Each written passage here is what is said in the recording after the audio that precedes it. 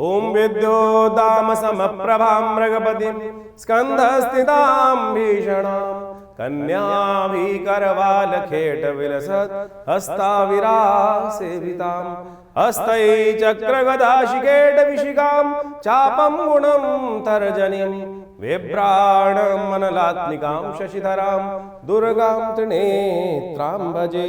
नमस्कार, स्वागत है आपका आचार्य वाणी में। मैं आचार्य डॉक्टर विक्रमादित्य आपके साथ हूँ और आज हम बात करने जा रहे हैं तुला राशि वालों के लिए। 25 तारीख सप्तमी का तिथि विद्यमान है, रविवार का योग बन रहा है और इस दिन रविवार और साथ साथ सप्तमी का योग, माघ की सप्तमी का योग होने के कारण से सूर्य का जन्म दिवस का योग बना हुआ है। ग्रह नक्षत्रों की चाल जो है वो परिवर्तन की तरफ जा रही है। सुबह थोड़ी हल्की दिखाई देती है, लेकिन शाम आते आते ग्रहों ने एक नई शक्ति का योग, नए विचार का योग, नई चीज़ों की समझ का योग आपके मनोमस्तिष्क में आता दिखाई देगा। बिल्कुल ग्रह परिवर्तन की तरफ जाएंगे। सुबह कोशिश करें भगवान सूर्य का जन्म दिवस अवश्य मनाएं।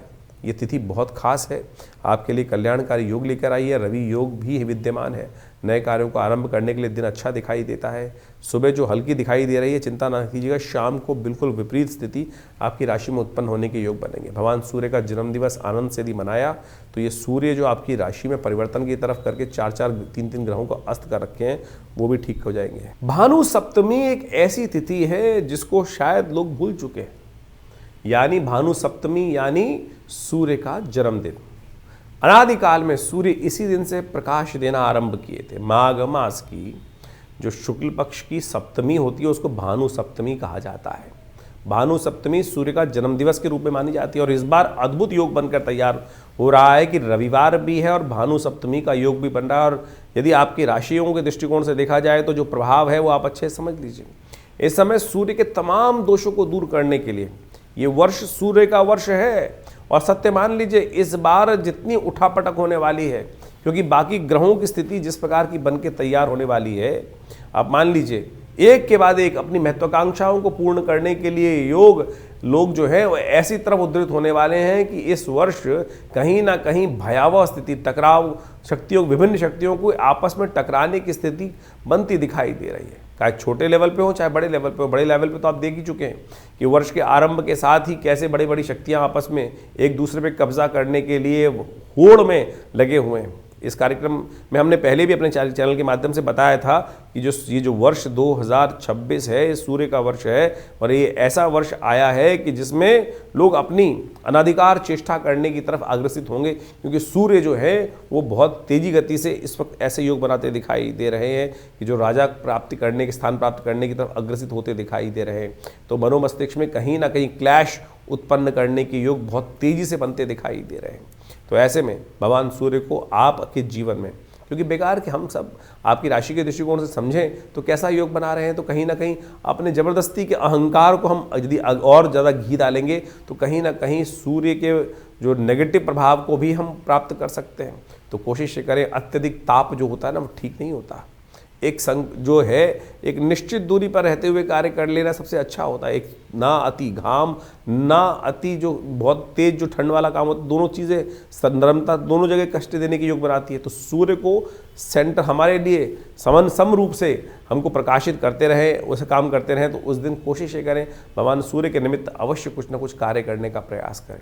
आपकी राशि के दृष्टिकोण से हमें दिखाई देता है कि इस समय आपको विशेष तौर पर रविवार के दिन भगवान सूर्य को अर्घ अवश्य देना चाहिए।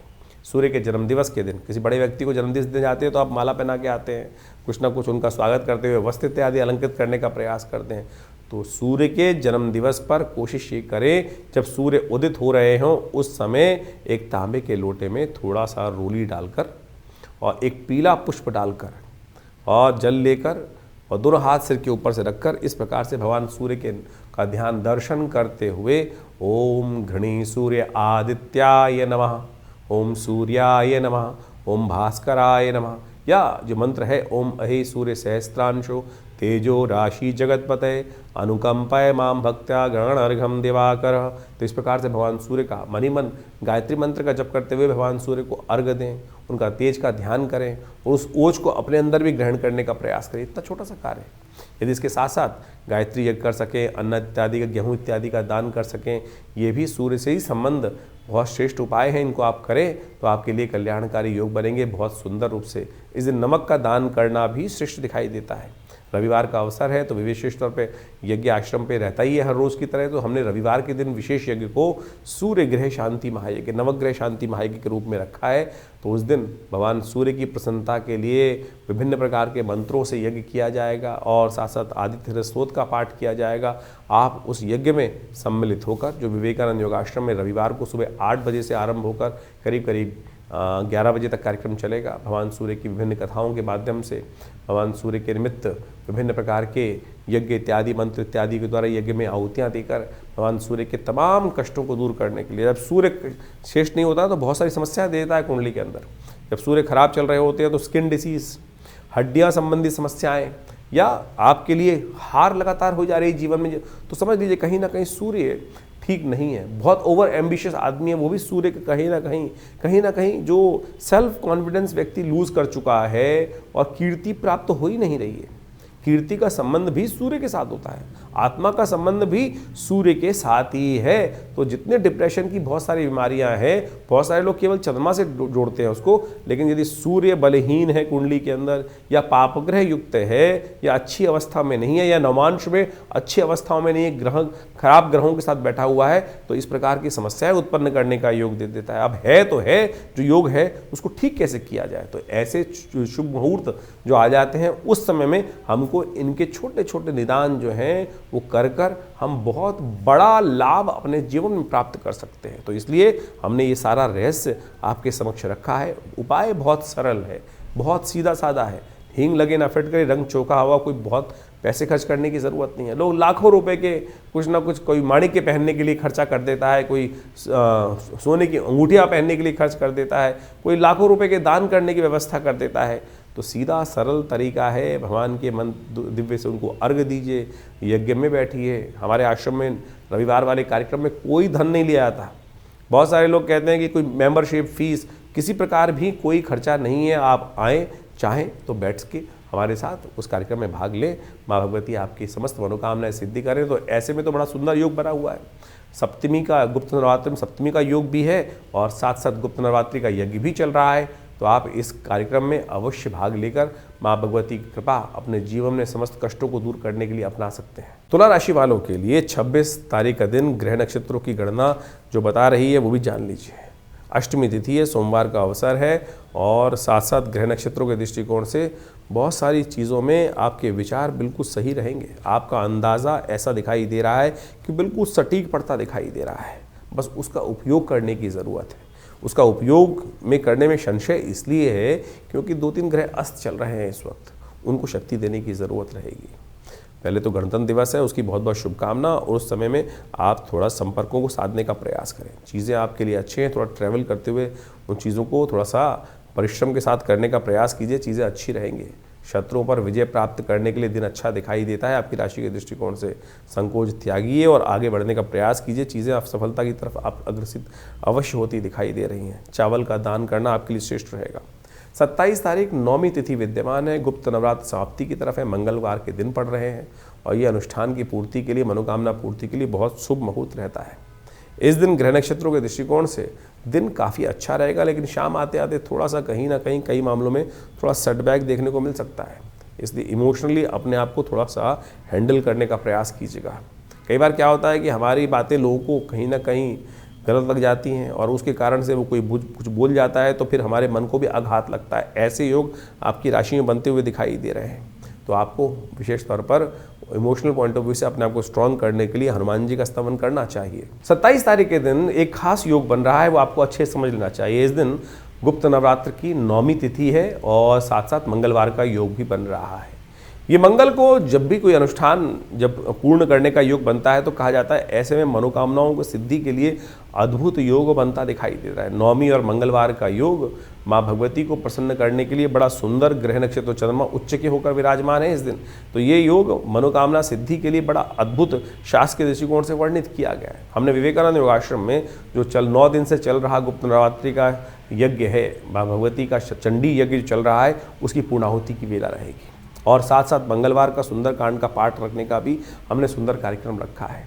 तो आप इस सुंदर योग पर माँ भगवती की सुंदर स्तुति और साथ में हनुमान जी का मंगलवार का सुंदर योग जो बना है ना, उसका सानिध्य लेने का प्रयास कीजिए। माँ भगवती की कृपा से समस्त मनोरथ सिद्ध होने के अद्भुत योग आपकी राशि में बनते दिखाई दे रहे हैं।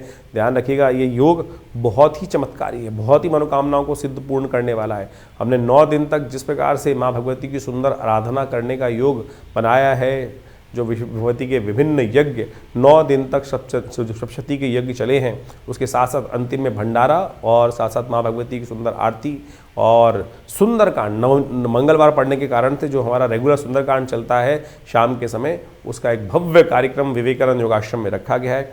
आप सब सादर आमंत्रित हैं। इसी अवसर पर, नवमी के अवसर पर कहा जाता है कि जो भगवती का दर्शन नवमी के दिन करते हैं, और ये दुर्गा सप्तशती के अंदर स्वयं जो 12वां अध्याय वह वर्णित है, माँ भगवती दुर्गा उनकी मनोकामना सिद्ध कर देती हैं पूर्णता। और उसमें मंत्र आया है, सर्वा बाधा विनिर्मुक्तो धनधान्य सुतान्विता मनुष्यो मत प्रसादेन भविष्यति न संशय, कि ऐसे में कोई संशय नहीं है। तो आप सब सादर आमंत्रित हैं इस जो पूर्णाहुति का यज्ञ है इसमें भाग लेने के लिए। तो ये करीब करीब शाम के 5 बजे से कार्यक्रम आरंभ होकर जो करीब करीब रात्रि में 10 बजे तक चलेगा। आप सब सादर आमंत्रित हैं विवेकानंद योगाश्रम में इस नवरात्रि के साथ साथ सुंदरकांड के पाठ में। माँ भगवती आपकी मनोरथ सिद्ध अवश्य करेंगी। तुला राशि वालों के लिए 28 तारीख के दिन ग्रह गणना किस प्रकार से जा रही है जान लीजिए। दशमी तिथि है, बुधवार का अवसर है, और एक आपकी राशि के अनुसार से यदि बात करें तो एक अच्छा परिवर्तन हो रहा है। मंगल इन दिनों अस्त चल रहे थे, जो कई बार क्या होता है कि आपको साइड लाइन करने का लोग प्रयास करते हैं। चीज़ें आपके लिए चाहकर जो आप करना चाह रहे हैं वो पूरी तरह से कर नहीं पा रहे हैं, और ऐसे में कई बार क्या होता है, मंगल जब अस्त होता है तो व्यक्ति थोड़ा सा एंग्जाइटी और डिप्रेशन में आ जाता है। लेकिन मंगल अब परिवर्तन की तरफ जा रहे हैं, चंद्रमा के नक्षत्र में आ चुके हैं, और ये नक्षत्र चंद्रमा के नक्षत्र में आने के कारण से मन को कहीं ना कहीं सद्बल जो है बल प्राप्त करने का योग भी बनता दिखाई दे रहा है। बुधवार का अवसर है, कोशिश ये करें थोड़ा विशेष तौर पर गणेश जी के मंदिर में जाकर उनको सिंदूर अर्पित करने का प्रयास कीजिए। मंगल को बल मिलेगा और चीज़ें पॉजिटिव होने का रास्ता भी आपको प्राप्त होगा। 29 तारीख एकादशी तिथि लेकर आई है, और साथ साथ इस दिन जया एकादशी का योग बन रहा है, कीर्ति का योग बन रहा है आपकी राशि में, श्री का योग भी आपके साथ विद्यमान है, क्योंकि बृहस्पति के साथ चंद्रमा युति कर कर आपके भाग्य स्थान में विराजमान हो गए हैं, जो आपके लिए बल और ऐश्वर्य सब प्रकार से देने वाले हैं। ऐसे में यदि तीर्थ यात्रा कर ली जाए ना, किसी तीर्थ स्थल की यात्रा कर ली जाए, तो बृहस्पति जो भाग्य स्थान में बैठे हैं, भाग्य से बहुत सपोर्ट करने के योग आपकी राशि में बनाते दिखाई दे रहे हैं। ऐसे में भगवान विष्णु का सुंदर पूजन करें, महालक्ष्मी के साथ महालक्ष्मी कृपा प्राप्त करने के सुंदर योग बनेंगे आपकी राशि में। ओम नमो भगवते वासुदेवाय इस मंत्र का जप करें, भगवान को विशेष तौर पर श्वेत पुष्प अर्पित करें, कल्याण होगा। 30 तारीख द्वादशी तिथि विद्यमान है, शुक्रवार के साथ है, और ये जो महालक्ष्मी का योग बना हुआ है आपके लिए बड़ा कल्याणकारी है। सबसे अच्छी बात इस दिन जो हो रही है वो शुक्र उदय होने जा रहा है। शुक्र के उदय होने से आपके बहुत सारे ग्रहों में जो शक्ति कम थी वो बहुत सबको शक्ति देने का प्रयास करेगा। शुक्र आपके लग्नेश हैं, और लग्नेश जब शक्ति में धीरे धीरे आने शुरू हो जाते हैं तो बहुत सारी चीज़ों में परिवर्तन स्वतः होना शुरू हो जाता है। भीष्म द्वादशी है, तो भीष्म के निमित्त तर्पण इत्यादि अवश्य करना चाहिए, उससे पितृ तृप्त होते हैं और कष्ट दूर होने के योग बनते हैं। साथ साथ प्रदोष भी है, शुक्र प्रदोष योग है, तो सुगंधित तैल से भगवान का अभिषेक करना भगवान शंकर का, वो भी बड़ा कल्याणकारी रहेगा आपके लिए। 31 तारीख त्रयोदशी तिथि विद्यमान है, शनिवार का योग है, और ऐसे में ग्रह नक्षत्रों के दृष्टिकोण से जो परिवर्तन हो रहा है वो जान लीजिए। इस दिन एक विशेष परिवर्तन का योग है, जो शुक्र है वो मंगल के नक्षत्र में प्रवेश कर रहे हैं, और उससे मंगल को भी ताकत प्राप्त होगी, और जो चतुर्ग्रही योग बना हुआ है वो कहीं ना कहीं आपके लिए रास्ता बनाएगा, चीज़ों को पॉजिटिव करने का रास्ता बनेगा। लव लाइफ, मैरिज लाइफ, इन सब में कहीं ना कहीं स्थितियों में परिवर्तन का योग बनेगा। दोस्ती कहीं ना कहीं प्रगाढ़ होने की तरफ जाएगी, और लोग आपको दिल से प्रसन्न करने का प्रयास करेंगे। तो इस प्रकार से आपने ग्रहों का योगा योग समझा। ग्रहों के योगा योग के कारण से ही जीवन में घटनाओं का जो आगे सृजन होता है वो वास्तविक तौर पे समझा जा सकता है। ग्रहों का योगा योग कब हमारे लिए शुभ है, कब हमारे लिए अशुभ है, ये ज्योतिष की काल गणना बहुत प्रत्यक्ष रूप से समझा सकती है। आने वाला समय किस करवट बैठने वाला है, हमारे साथ क्या कुछ होने के योग हैं, और कब हम अपने जीवन के योगा योगों को अपने लिए शुभ उपयोग कर सकते हैं, इसको इस प्रकार समझें। बहुत सारे लोग कहते हैं कि नहीं ऐसा कुछ नहीं हो सकता है। बिल्कुल, आप तो हर रोज़ इसी प्रकार का कार्य करते हैं। आपके अनुभव से आपको पता है कि कब सर्दी आने वाली है, कब गर्मी आने वाली है, कब बरसात होने के योग हैं, तो आप अपने आप को उससे पहले तैयार कर लेते हैं। सर्दी से पहले गर्म कपड़े खरीद लेते हैं, और गर्मी आने से पहले उसके अनुसार से अपने घर में व्यवस्था कर लेते हैं, जिससे आपके लिए क्या होता है कि वातावरण के अनुसार से अपने आप को व्यवस्थित करने का मार्ग बन जाता है। ये आपका अनुभव है। ज्योतिष भी वही है, उसकी और भी सूक्ष्म गणनाएं हैं कि किसके अनुसार से अप्रत्यक्ष रूप से क्या कुछ घटनाएं हमारे साथ होने वाली हैं और कैसे हम उसको अपने जीवन में रक्षात्मक तौर पे यूज़ कर सकते हैं, कब हमारे लिए लाभ का समय है और कब हमारे लिए समय कष्ट वाला है। जैसे किसी के लिए कभी जन्मपत्री में समय चल रहा होता है, कोई दशा महादशाएं अंतरदशाएं किस प्रकार की बन रही हैं, ढैयाएँ बन रही हैं, अशुभ योग बन रहे हैं, कभी शुभ योग बन रहे हैं, कब जीवन में भाग्योदय का योग बनने वाला है। तो उस समय में अगर मिट्टी में भी हाथ डालोगे तो सोना बन जाएगा, और समय खराब चल रहा हो और ऐसे में पता ना हो तो क्या होगा कि गलत जगह फंस जाएंगे। सोने में के हाथ यदि मिट्टी में डालेंगे और वो परिवर्तन किस प्रकार से हो जाएगा, राख में परिवर्तित हो जाएगा। तो यही जो समय की काल गणना का ज्ञान है, काल चक्र ज्योतिष विज्ञान के अनुसार से आप समय को प्रत्यक्ष रूप से समझ सकते हैं। तो इसलिए अपने मन मस्तिष्क को भ्रांति में ना रखें। बहुत सारे लोग तथाकथित तौर पर आप ज्योतिष के ऊपर कई प्रकार के प्रश्न चिन्ह खड़े करने के प्रयास करते हैं, और बहुत सारी अनेक व्यंग्यात्मक तौर पे बहुत सारी बातें चलती रहती हैं। हम भी देखते रहते हैं कभी कभी बहुत सारे लोग व्यंग्यात्मक तौर पे जिन्होंने मजाक उड़ाना है वो मजाक उड़ाते रहेंगे। तो आप कोशिश ये करें, ज्योतिष विज्ञान के माध्यम से लाखों वर्षों से लोगों ने इसका लाभ लेते आए हैं, और प्रत्यक्ष रूप से आप भी अपने जीवन में ग्रहों की गणनाओं को अच्छे से समझकर कार्य करने का प्रयास करें। चिंता ना करें, कई कुंडलियों में बहुत सारे अशुभ योग होते हैं, कोई कई अपने मनोमस्तिष्क में ऐसी विचित्र विडंबनाएं लेके बैठ जाते हैं। अब क्या हुआ, किसी के बच्चे की कुंडली जन्म हुआ और वो मांगलिक निकला, या कोई और योग निकल आया, किसी कुंडली में अशुभ केमुद्रम योग निकल आया, और तो उसके कारण से बहुत सारी भयावह स्थिति बन जाती हैं। लेकिन यदि आपका ज्ञान सही है, ज्योतिष के अंदर कारण जान के निवारण के मार्ग भी तो जगह जगह समय समय समाधान जो है वो जगह जगह बताए गए हैं, और सत्य माने वो समाधान प्रत्यक्ष रूप से कार्य करते हैं। चाहे वो महामृत्युंजय मंत्र हो, चाहे वो लक्ष्मी प्राप्ति के मंत्र हो, चाहे वो विभिन्न प्रकार के अनुष्ठानित चीज़ों में किए जाने वाले प्रयोग हों, उनके द्वारा सब चीज़ें परिवर्तन करने का मार्ग बिल्कुल प्रत्यक्ष रूप से बन सकता है। सकल पदार्थ है जग माही, और एक बात समझ लें, कर्महीन पुरुष पावत नाही। तो इसलिए ऐसा कुछ नहीं है जिसको आप परिवर्तन की तरफ नहीं ले जा सकते। प्रयास की आवश्यकता है, सही दिशा में सोचने की आवश्यकता है, सही दिशा में कर्म करने की आवश्यकता है, सही दिशा को पकड़कर उस पर चलने की आवश्यकता है। तो ज्योतिष विज्ञान कभी भी किसी को भ्रांति में नहीं रखता है, और आप सब इस तमाम जो निदान के तरीके हैं उनको अच्छे से अपने जीवन में सरलता के साथ अपनाने का प्रयास करें। हमारा इस कार्यक्रम के माध्यम से आपके समक्ष जुड़ने का एक ही उद्देश्य रहता है कि पौराणिक ज्योतिष जो है, जो वो कथाओं के माध्यम से हमारे विभिन्न शास्त्रों में बताई गई हैं, योगा योग के माध्यम से विभिन्न शास्त्रों में बताई गई हैं, उन समस्त चीज़ों को आपके समक्ष रखें। और एक बात समझें, जो टोटकों के चक्कर में व्यक्ति फंसे रहते हैं ना, उसके कारण से नुकसान होने के योग बन जाते हैं। उनका कोई बेस नहीं होता है करना जो बिना किसी के तथ्यों के बहुत सारे टोटकों का आज की तारीख में जो प्रचलन सा हो गया है। हमारे विभिन्न प्रकार के तथाकथित तौर पर विद्वान जो उपस्थित हो जाते हैं, जो शास्त्र को मानते नहीं हैं और कुछ भी अनर्गल प्रलाप अपने कुछ बातों को करते रहते हैं। जैसे एक बहुत सारी बातें आजकल चलती हैं कि जो ग्रह आपका बहुत अच्छा हो उसका दान नहीं करना चाहिए। कहाँ लिखा है? सोच के दान देना चाहिए क्या? जिस प्रकार से अगर सोच के दान दे रहे हैं तो फिर दान का फ़ायदा ही नहीं है, फिर तो व्यवसाय हो गया। फिर व्यवसाय कर रहे हो तो फिर उस दान का फ़ायदा ही क्या है? तो इस प्रकार का आप समझें कि किसी कुंडली में किसी ने कहा जी बृहस्पति बहुत अच्छा है, आप बृहस्पति की चीज़ों का दान करना बंद कर दो। आपका शनि खराब है तो आप शनि की चीज़ों को दान कर दो। और उसको अगर आपने कोई ग्रह सबसे अच्छा है जिसकी वजह से आपकी कुंडली में पैसा आ रहा है, उसकी चीज़ों को आपने दान कर दिया तो आपके भी शुभ योग चले जाएंगे। शास्त्र में ऐसा कोई प्रमाण नहीं निकलता, ना मिलता है, ना बताया गया है, ना किसी ग्रंथ में लिखा है। ये केवल आज तथाकथित तौर पर कुछ जो अपने आप को ज्योतिष में एक स्टंटबाजी करने का प्रयास करते हैं, उनके द्वारा ऐसी भ्रांति उत्पन्न करने का प्रयास किया गया है। तो आपसे अनुरोध है कि आप इन सब की बातों को जहाँ जिसकी आवश्यकता है तो उसको आप करने का प्रयास करें, और तो उससे कल्याण होगा, रास्ते भी बनेंगे और जीवन में सुख भी पदार्पण करने के योग बनेंगे, पुण्य जागेंगे। पुण्य को जगाने का हम प्रयास करें।